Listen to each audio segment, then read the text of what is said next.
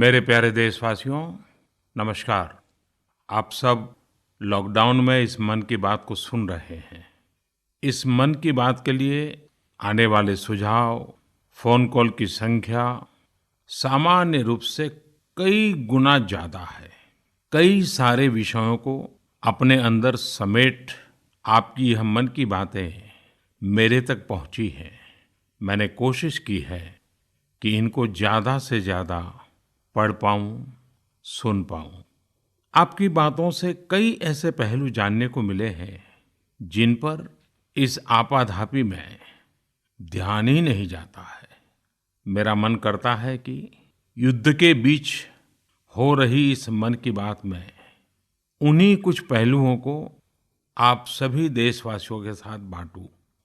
साथियों, भारत की कोरोना के खिलाफ लड़ाई सही मायने में पीपल ड्रिवन है। भारत में कोरोना के खिलाफ लड़ाई जनता लड़ रही है, आप लड़ रहे हैं। जनता के साथ मिलकर शासन प्रशासन लड़ रहा है। भारत जैसा विशाल देश जो विकास के लिए प्रयत्नशील है, गरीबी से निर्णायक लड़ाई लड़ रहा है। उसके पास कोरोना से लड़ने और जीतने का यही एक तरीका है। और हम भाग्यशाली हैं कि आज पूरा देश का हर नागरिक, जन जन इस लड़ाई का सिपाही है, लड़ाई का नेतृत्व कर रहा है। आप कहीं भी नजर डालिए, आपको एहसास हो जाएगा कि भारत की लड़ाई पीपल ड्रिवन है।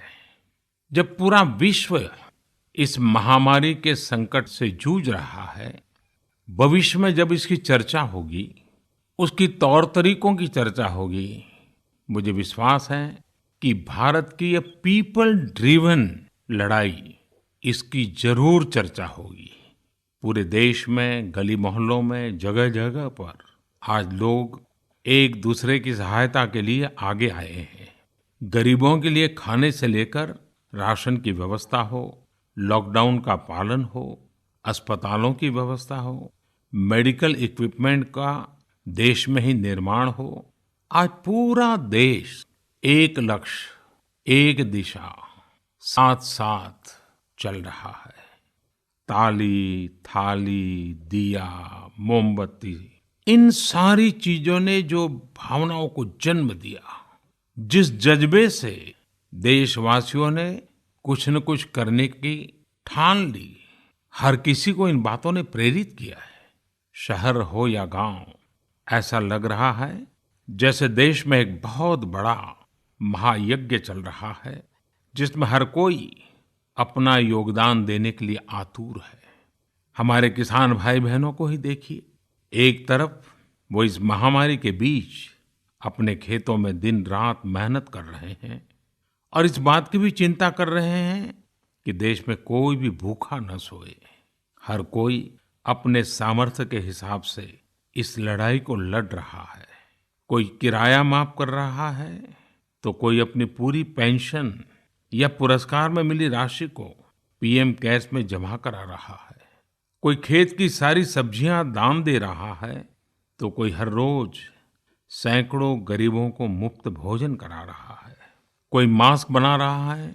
कहीं हमारे मजदूर भाई बहन क्वारंटीन में रहते हुए जिस स्कूल में रह रहे हैं, उसकी रंगाई पुताई कर रहे हैं।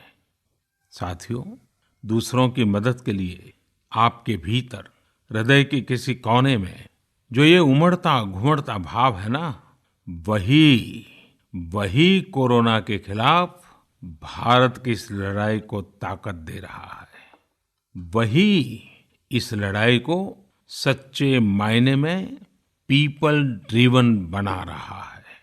और हमने देखा है पिछले कुछ साल में हमारे देश में यह मिजाज बना है, निरंतर मजबूत होता रहा है। चाहे करोड़ों लोगों का गैस सब्सिडी छोड़ना हो, लाखों सीनियर सिटीजन का रेलवे सब्सिडी छोड़ना हो, स्वच्छ भारत अभियान का नेतृत्व लेना हो, टॉयलेट बनाने हो, अनगिनत बातें ऐसी है।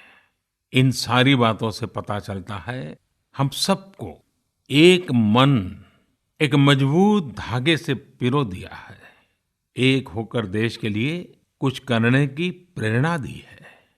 मेरे प्यारे देशवासियों, मैं पूरी नम्रता पूर्वक, बहुत ही आदर के साथ आज 130 करोड़ देशवासियों की इस भावना को सर झुका करके नमन करता हूं।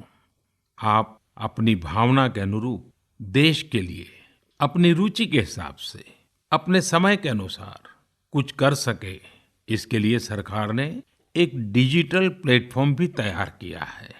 ये प्लेटफॉर्म है covidwarriors.gov.in। मैं दोबारा बोलता हूं, covidwarriors.gov.in।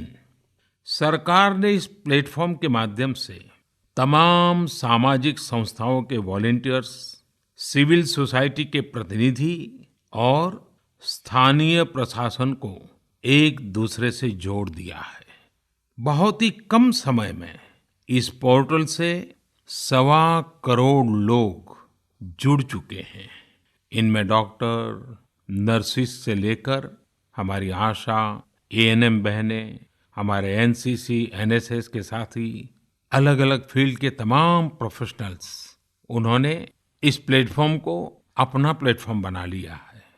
ये लोग स्थानीय स्तर पर क्राइसिस मैनेजमेंट प्लान बनाने वालों में और उसकी पूर्ति में भी बहुत मदद कर रहे हैं। आप भी covidwarriors.gov.in से जुड़कर देश की सेवा कर सकते हैं, कोविड वॉरियर बन सकते हैं। साथियों, हर मुश्किल हालात, हर लड़ाई कुछ न कुछ सबक देती है, कुछ न कुछ सिखा करके जाती है, सीख देती है, कुछ संभावनाओं के मार्ग बनाती है और कुछ नई मंजिलों की दिशा भी देती है।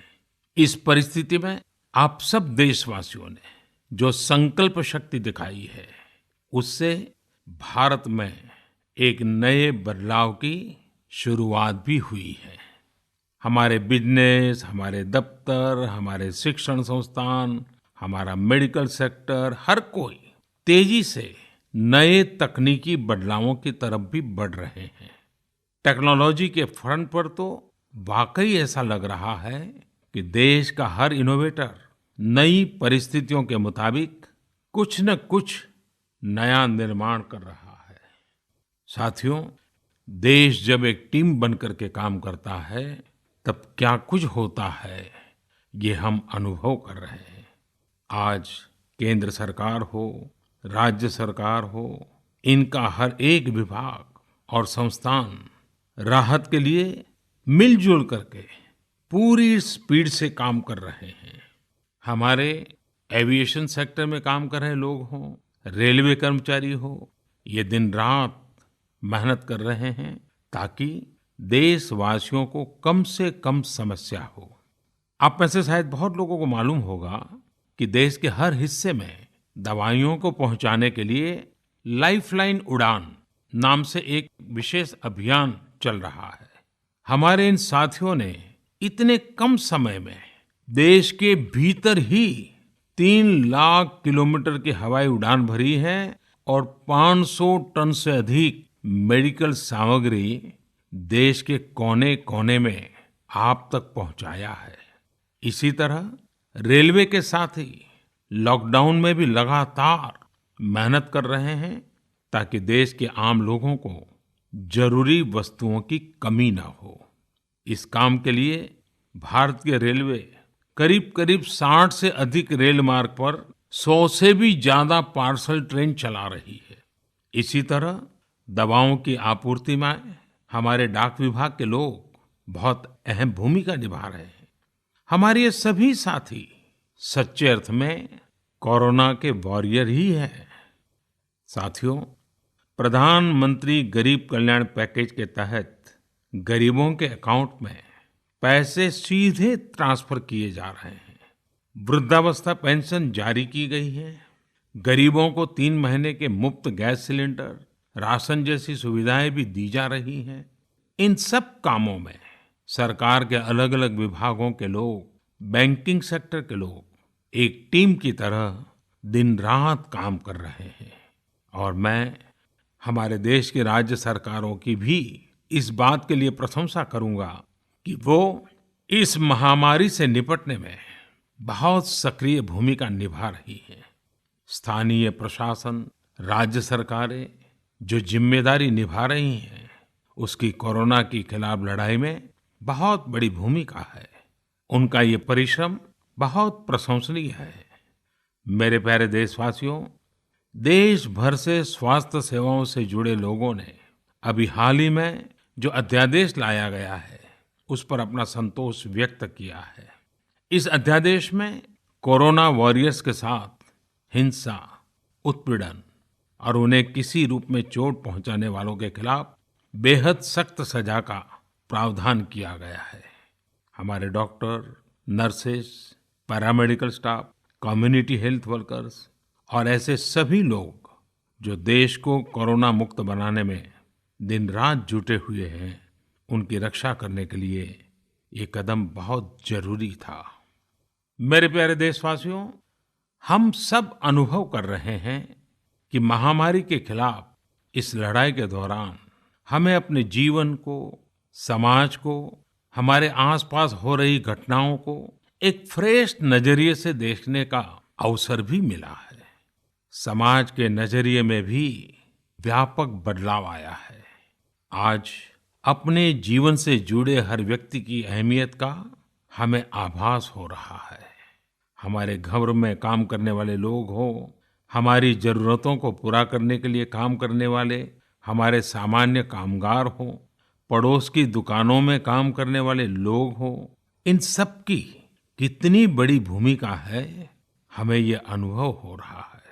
इसी तरह जरूरी सेवाओं की डिलीवरी करने वाले लोग, मंडियों में काम करने वाले हमारे मजदूर भाई बहन, हमारे आस पड़ोस के ऑटो चालक, रिक्शा चालक, आज हम अनुभव कर रहे हैं कि इन सब के बिना हमारा जीवन कितना मुश्किल हो सकता है।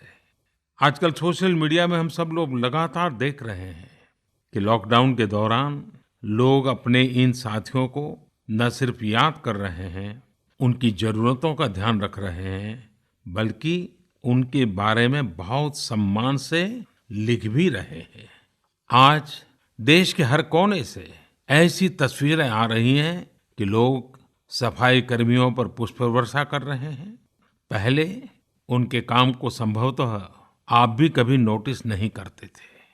डॉक्टर हो, सफाई कर्मी हो, अन्य सेवा करने वाले लोग हो, इतना ही नहीं, हमारी पुलिस व्यवस्था को लेकर भी आम लोगों के सोच में काफी बदलाव हुआ है। पहले पुलिस के विषय में सोचते ही नकारात्मकता के सिवाय हमें कुछ नजर नहीं आता था।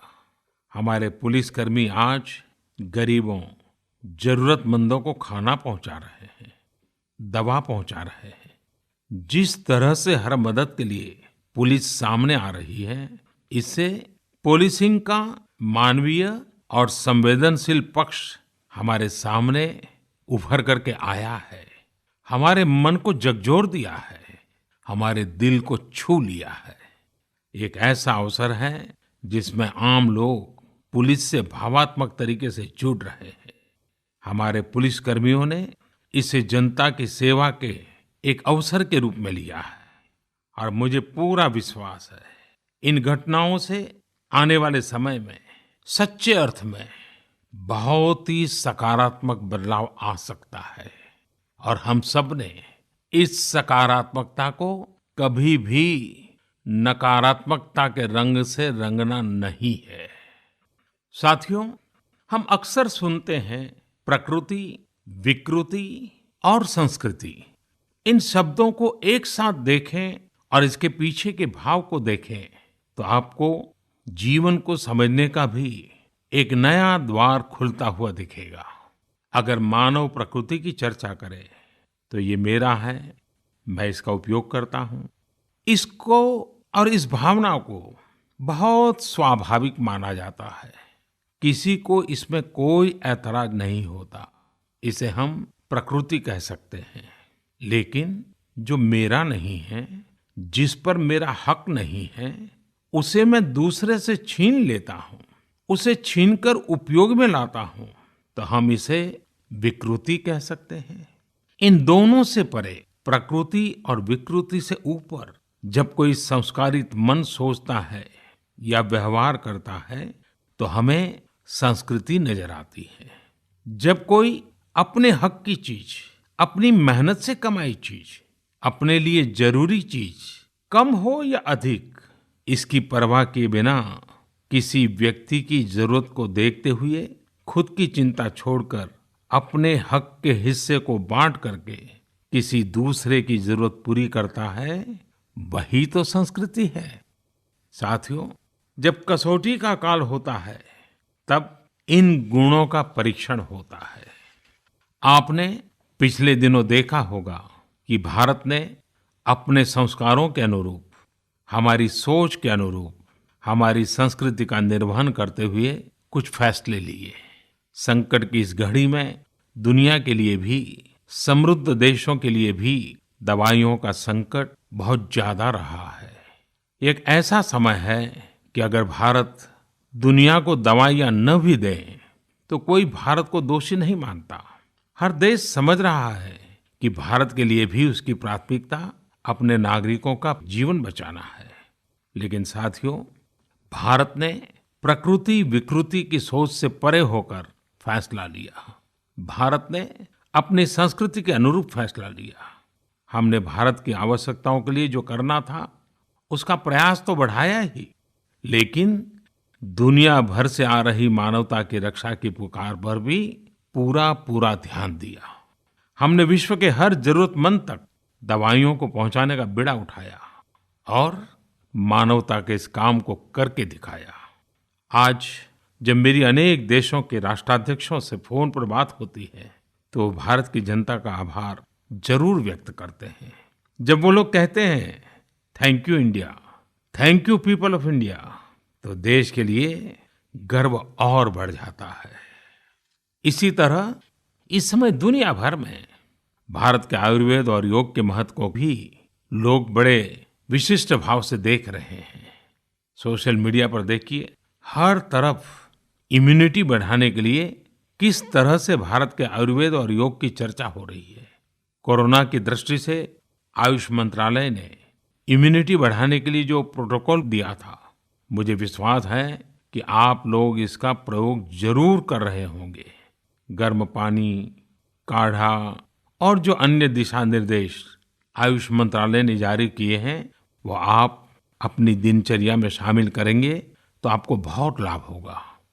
साथियों, वैसे ये दुर्भाग्य रहा है कि कई बार हम अपनी ही शक्तियां और समृद्ध परंपराओं को पहचानने से इनकार कर देते हैं।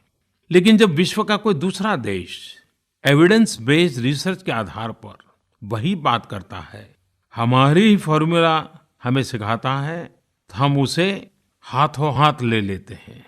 संभवतः इसके पीछे एक बहुत बड़ा कारण सैकड़ों वर्षों की हमारी गुलामी का कालखंड रहा है। इस वजह से कभी-कभी हमें अपनी ही शक्ति पर विश्वास नहीं होता है, हमारा आत्मविश्वास कम नजर आता है। इसलिए हम अपने देश की अच्छी बातों को, हमारे पारंपरिक सिद्धांतों को एविडेंस बेस्ड रिसर्च के आधार पर आगे बढ़ाने के बजाय उसे छोड़ देते हैं, उसे हीन समझने लगते हैं। भारत की युवा पीढ़ी को अब इस चुनौती को स्वीकार करना होगा।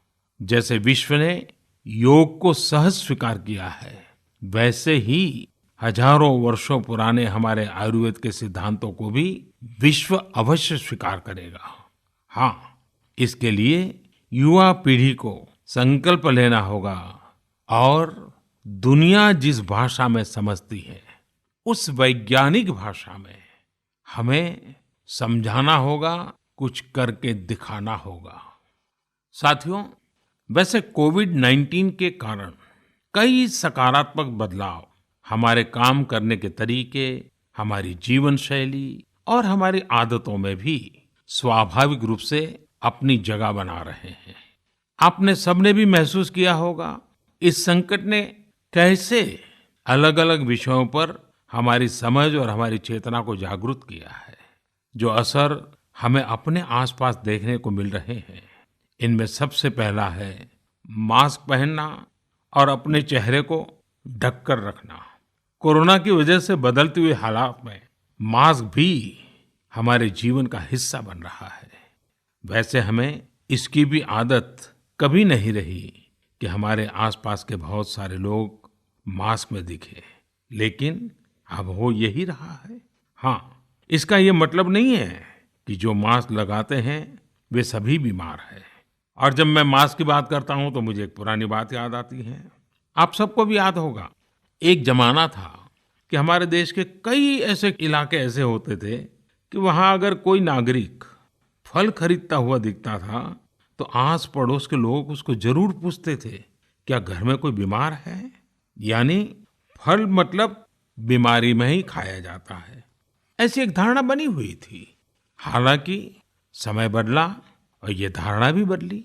वैसे ही मास्क को लेकर भी धारणा अब बदलने वाली ही है। आप देखिएगा, मास्क अब सभ्य समाज का प्रतीक बन जाएगा। अगर बीमारी से खुद को बचना है और दूसरों को भी बचाना है तो आपको मास्क लगाना पड़ेगा। और मेरा तो सिंपल सुझाव रहता है, गमछा मुंह ढकना है। साथियों, हमारे समाज में एक और बड़ी जागरूकता ये आई है कि अब सभी लोग ये समझ रहे हैं कि सार्वजनिक स्थानों पर थूकने के क्या नुकसान हो सकते हैं। यहाँ वहाँ कहीं पर भी थूक देना गलत आदतों का हिस्सा बना हुआ था। ये स्वच्छता और स्वास्थ्य को गंभीर चुनौती भी देता था। वैसे एक तरह से देखें तो हम हमेशा से ही इस समस्या को जानते रहे, लेकिन ये समस्या समाज से समाप्त होने का नाम ही नहीं ले रही थी। अब वो समय आ गया है कि इस बुरी आदत को हमेशा हमेशा के लिए खत्म कर दिया जाए। कहते भी हैं कि बेटर लेट देन नेवर। तो देर भले हो गई हो, लेकिन अब ये थूकने की आदत छोड़ देनी चाहिए। ये बातें जहां बेसिक हाइजीन का स्तर बढ़ाएंगी, वहीं कोरोना संक्रमण को फैलने से रोकने में भी मदद करेगी। मेरे प्यारे देशवासियों, ये सुखद संयोग ही है कि आज जब आपसे मैं मन की बात कर रहा हूं तो अक्षय तृतीया का पवित्र पर्व भी है। साथियों, क्षय का अर्थ होता है विनाश, लेकिन जो कभी नष्ट नहीं हो, जो कभी समाप्त नहीं हो, वो अक्षय है। अपने घरों में हम सब इस पर्व को हर साल मनाते हैं, लेकिन इस साल हमारे लिए इसका विशेष महत्व है। आज के कठिन समय में यह एक ऐसा दिन है जो हमें याद दिलाता है कि हमारी आत्मा, हमारी भावना अक्षय है। यह दिन हमें याद दिलाता है कि चाहे कितनी भी कठिनाइयां रास्ता रोके, चाहे कितनी भी आपदाएं आए, चाहे कितनी भी बीमारियों का सामना करना पड़े, इनसे लड़ने और जूझने की मानवीय भावनाएं अक्षय है। माना जाता है कि यही वो दिन है जिस दिन भगवान श्री कृष्ण और भगवान सूर्यदेव के आशीर्वाद से पांडवों को अक्षय पात्र मिला था। अक्षय पात्र यानी एक ऐसा बर्तन जिसमें भोजन कभी समाप्त नहीं होता है। हमारे अन्नदाता किसान हर परिस्थिति में देश के लिए, हम सब के लिए इसी भावना से परिश्रम करते हैं। इन्हीं के परिश्रम से आज हम सब के लिए, गरीबों के लिए देश के पास अक्षय अन्न भंडार है। इस अक्षय तृतीया पर हमें अपने पर्यावरण, जंगल, नदियां और पूरे इकोसिस्टम के संरक्षण के बारे में भी सोचना चाहिए, जो हमारे जीवन में महत्वपूर्ण भूमिका निभाते हैं। अगर हम अक्षय रहना चाहते हैं तो हमें पहले यह सुनिश्चित करना होगा कि हमारी धरती अक्षय रहे। क्या आप जानते हैं कि अक्षय तृतीया का यह पर्व दान की शक्ति यानी पावर ऑफ गिविंग का भी एक अवसर होता है। हम हृदय की भावना से जो कुछ भी देते हैं, वास्तव में महत्व उसी का होता है। यह बात महत्वपूर्ण नहीं है कि हम क्या देते हैं और कितना देते हैं। संकट के इस दौर में हमारा छोटा सा प्रयास हमारे आसपास के बहुत से लोगों के लिए बहुत बड़ा संबल बन सकता है। साथियों, जैन परंपरा में भी यह बहुत पवित्र दिन है, क्योंकि पहले तीर्थंकर भगवान ऋषभदेव के जीवन का यह एक महत्वपूर्ण दिन रहा है। ऐसे में जैन समाज इसे एक पर्व के रूप में मनाता है और इसलिए ये समझना आसान है कि क्यों इस दिन को लोग किसी भी शुभ कार्य को प्रारंभ करना पसंद करते हैं। चूंकि आज कुछ नया शुरू करने का दिन है, तो ऐसे में क्या हम सब मिलकर अपने प्रयासों से अपनी धरती को अक्षय और अविनाशी बनाने का संकल्प ले सकते हैं? साथियों, आज भगवान बसवेश्वर जी की भी जयंती है। ये मेरा सौभाग्य रहा है कि मुझे भगवान बसवेश्वर की स्मृतियां और उनके संदेश से बार बार जुड़ने का, सीखने का अवसर मिला है। देश और दुनिया में भगवान बसवेश्वर के सभी अनुयायियों को उनकी जयंती पर बहुत बहुत शुभकामनाएं। साथियों, रमजान का भी पवित्र महीना शुरू हो चुका है। जब पिछली बार रमजान मनाया गया था तो किसी ने सोचा भी नहीं था कि इस बार रमजान में इतनी बड़ी मुसीबतों का भी सामना करना पड़ेगा। लेकिन अब जब पूरे विश्व में ये मुसीबत आ ही गई है, तो हमारे सामने अवसर है इस रमजान को संयम, सद्भावना, संवेदनशीलता और सेवा भाव का प्रतीक बनाएं। इस बार हम पहले से ज्यादा इबादत करें, ताकि ईद आने से पहले दुनिया कोरोना से मुक्त हो जाए और हम पहले की तरह उमंग और उत्साह के साथ ईद मनाएं। मुझे विश्वास है कि रमजान के इन दिनों में स्थानीय प्रशासन के दिशा निर्देशों का पालन करते हुए कोरोना के खिलाफ चल रही इस लड़ाई को हम और मजबूत करेंगे। सड़कों पर, बाजारों में, मोहल्लों में फिजिकल डिस्टेंसिंग के नियमों का पालन अभी बहुत आवश्यक है। मैं आज उन सभी कम्युनिटी लीडर्स के प्रति भी आभार प्रकट करता हूं जो 2 गज दूरी और घर से बाहर नहीं निकलने को लेकर लोगों को जागरूक कर रहे हैं। वाकई कोरोना ने इस बार भारत समेत दुनिया भर में त्योहारों को मनाने का स्वरूप ही बदल दिया है, रंग रूप बदल दिए हैं। अभी पिछले दिनों ही हमारे यहाँ भी बिहू, बैसाखी, पुथंडू, विशु, ओडिया न्यू ईयर ऐसे अनेक त्योहार आए। हमने देखा कि लोगों ने कैसे इन त्योहारों को घर में रहकर और बड़ी सादगी के साथ और समाज के प्रति शुभ चिंतन के साथ त्योहारों को मनाया। आमतौर पर वे इन त्योहारों को अपने दोस्तों और परिवारों के साथ पूरे उत्साह और उमंग के साथ मनाते थे, घर के बाहर निकलकर अपनी खुशी साझा करते थे। लेकिन इस बार हर किसी ने संयम बरता, लॉकडाउन के नियमों का पालन किया। हमने देखा है कि इस बार हमारे ईसाई दोस्तों ने ईस्टर भी घर पर ही मनाया है। अपने समाज, अपने देश के प्रति ये जिम्मेदारी निभाना आज की बहुत बड़ी जरूरत है।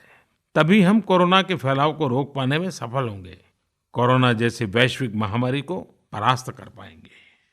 मेरे प्यारे देशवासियों, इस वैश्विक महामारी के संकट के बीच आपके परिवार के एक सदस्य के नाते, और आप सब भी मेरे ही परिवारजन हैं, तब कुछ संकेत करना, कुछ सुझाव देना, ये मेरा दायित्व भी बनता है।